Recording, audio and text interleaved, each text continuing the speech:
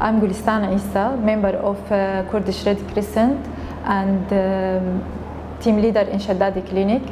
At first, I want to talk about Shaddadi, which located in south of Al-Hasaka city and far about 60 kilometers from it. Shaddadi didn't have any hospitals or medical points.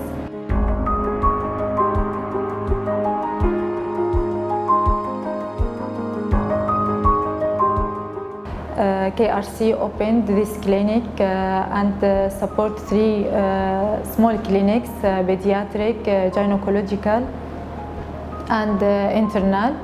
We have also emergency room and pharmacy. In addition, 2 ambulances for referrals cases. We supported Leishmania department in this clinic.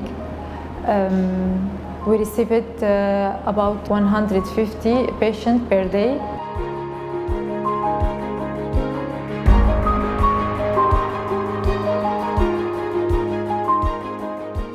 KRC as usual ready to give the primary health care and medical services to people in this area.